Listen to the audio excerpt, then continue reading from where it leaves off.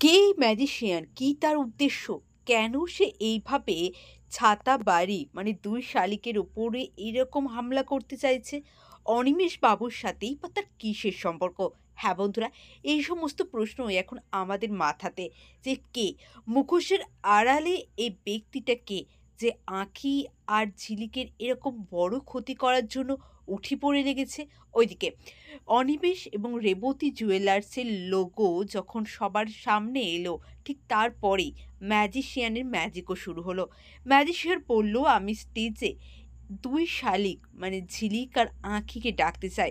ঝিলিক আর আঁখি স্টেজে গেল। ওইদিকে আঁখির তো ১ম থেকেই ভয় পাচ্ছিল।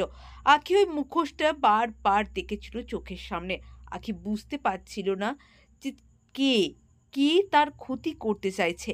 অবশেষে ঝিলিকের ক্ষতি হলো। ঝিলিককেই হাওয়া করে দিল নিমেষের মধ্যেই ওই ম্যাজিশিয়ান। তারপরে ঝিলিকের গলায় তরোয়াল রাখল। ঝিলিক তো ভয় পাবার মেয়ে নয়। আসলে ওই ম্যাজিশিয়ানও গুলিয়ে ফেলেছিল আঁখি আর ঝিলিকের মধ্যে। অ্যাকচুয়ালি সে আঁখিকে বন্দি করতে চেয়েছিল, কিন্তু বন্দি হয়ে গিয়েছিল ঝিলিক। এটাই হয়তো হবার ছিল। কিন্তু তারপরে ঝিলিক কিভাবে বাঁচবে ওই ম্যাজিশিয়ানের হাত থেকে? কে রক্ষা করতে পারবে ঝিলিককে? পিয়ারকে গেলেও তো এক ম্যাজিশিয়ান চলে এলো। এইভাবেই কি একের পর এক সমস্যা ২ শালিকের জীবনে থাকবেই?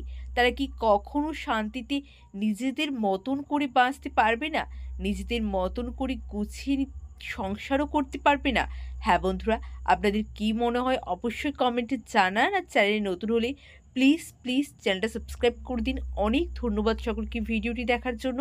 এইভাবেই পাশে থাকবেন। ভালো থাকুন সকলে।